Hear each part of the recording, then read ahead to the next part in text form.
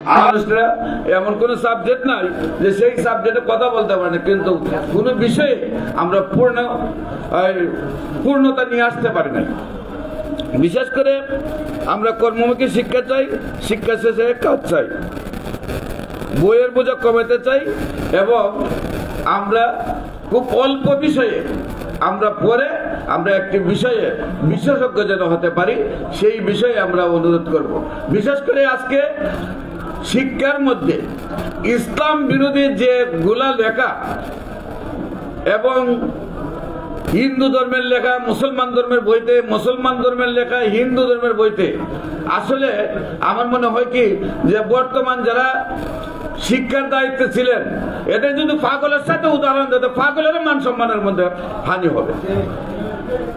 পাগলের যে একটা মান সম্মান আছে, তার যে একটা ডিগ্রি আছে সে পাগল, সেই পাগল ডিগ্রিটার একটা অসম্মান হবে। আমরা বর্তমানে আমাদের মধ্যে আমাদের যে বিশেষ করে ডক্টর মাহবুবুর রহমান স্যার আছেন, আমরা অনুরোধ করব আপনার প্রতি সময় টকশোতে সেমিনারে আলোচনা করেন। আমার মতিন ভাইকে আমরা অনুরোধ করব, সামাদ ভাইকে আমরা অনুরোধ করব যে আপনার সব সময় টকশোতে যখন আলোচনা করেন আমরা আপনাদের কাছে বিনত, এই পাগলদের কাছ থেকে আমরা মুক্তি চাই, সেই বিষয়গুলো আপনারা আমাদের সামনে নিয়ে আসবেন। Education is the backbone of nation. No progress can be possible without education. শিক্ষা ছাড়া কোন জাতির উন্নতি হয় নাই। যে জাতি যত বেশি শিক্ষিত, যে জাতির সংস্কৃতি যত বেশি উন্নত, সেই জাতির সারা পৃথিবীটাকে দখল করা সম্ভব হয়েছে। আমরা মনে করি আজকে আরেকটা দাবি রাখবো আমরা, যে আজকে লেখাপড়ার মধ্যে সর্বোচ্চ বরাদ্দটা ওইভাবে দেওয়া হোক যেন বাংলাদেশের প্রতিটি মানুষ, প্রতিটি সন্তান যেন লেখাপড়া করার সুযোগ পায়, বাধ্যতামূলক যেন প্রত্যেকটা বাংলাদেশের সন্তান যেন লেখাপড়া করতে পারে, সেই সুযোগটা দেওয়া যেন হয়। পাশাপাশি আজকে মেডিকেলের লেখাপড়া করতে গিয়ে তখন সে হিসাব করে বাবার 5 কোটি টাকা ফেরত দেওয়া দরকার, নিজের জন্য আরো 5 কোটি টাকা দরকার, সন্তানের জন্য আরো 5 কোটি টাকা দরকার। তখন সে মেডিকেলের ডাক্তার আর থাকে না, সে কসাই হয়ে যায়, ছুরি নিয়ে সেটা যেমনি খুশি ফুসাইতে থাকে। কই আমাদের মা চাচিরা তো সবাই আমরা হয়েছি সিজার ছাড়া, কিন্তু এখন 80% মানে মায়েরা সিজার থেকে মুক্তি পাচ্ছে না। এর একমাত্র কারণ ইচ্ছায় অনিচ্ছায় তার কাছ থেকে বিল নিতে হবে, সেই জন্য ইচ্ছায় অনিচ্ছায় যা পারে টেস্ট আর যা পারে আপনার সিজার। আপনার অপারেশন থিয়েটারের না প্রয়োজন হলে অপারেশন থিয়েটারে আজকে লোক যাচ্ছে এবং অহরহ শিকার আমরা এগুলো হচ্ছি, মানুষ পঙ্গু হয়ে যাচ্ছে, মৃত্যু হয়ে যাচ্ছে। এই সব করে না, আমরা বলবো মেডিকেলের লেখাপড়াটা যদি সে ফ্রি লেখাপড়া করে আসতে পারতো, দেশের জাতির কাছে দায়বদ্ধ থাকতো যে এই জাতি তো আমাকে ডাক্তার বানাইছে এবং আমার সন্তানকে তো ওই জাতিই ডাক্তার বানাইতে, ওকে আমাকে আর এত বেশি টাকা ইনকাম করা দরকার নাই।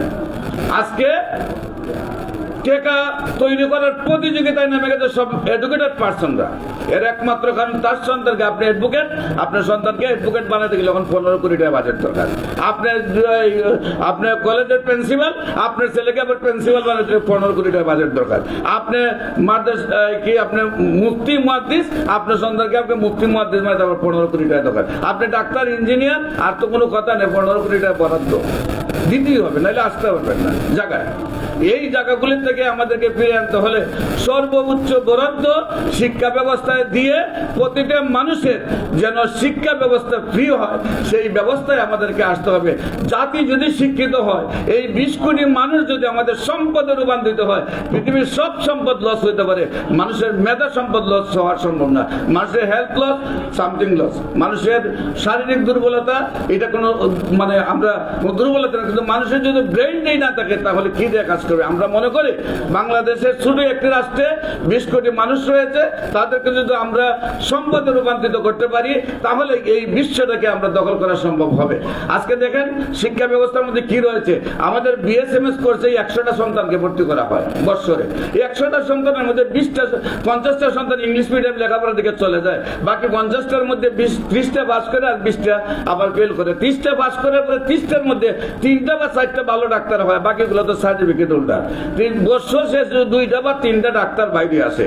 এই 20 কোটি মানুষকে কিভাবে আপনি ডাক্তারি সেবা দিবেন? সার্টিফিকেট ছাড়া ডাক্তারি করতে দিবেন না, আবার সার্টিফিকেট নিয়ে ডাক্তারি আসতেও দিবেন না। আমি মনে করি বাংলাদেশ সব মানুষ যদি ডাক্তার, যেমন চীনে আপনি 8 পয়েন্ট পাইলে ডাক্তারি ভর্তি করে ফেলে, আপনি সে যোগ্যতা থাকলে ডাক্তারি পাস করে বাইরে, নাহলে তো ক্লাস থেকে আউট হয়ে যাবে। আমার বাংলাদেশের মানুষদের সব ডাক্তার হয়ে যায়, তাহলে সারা বিশ্ব হবে আমার চিকিৎসার জায়গা।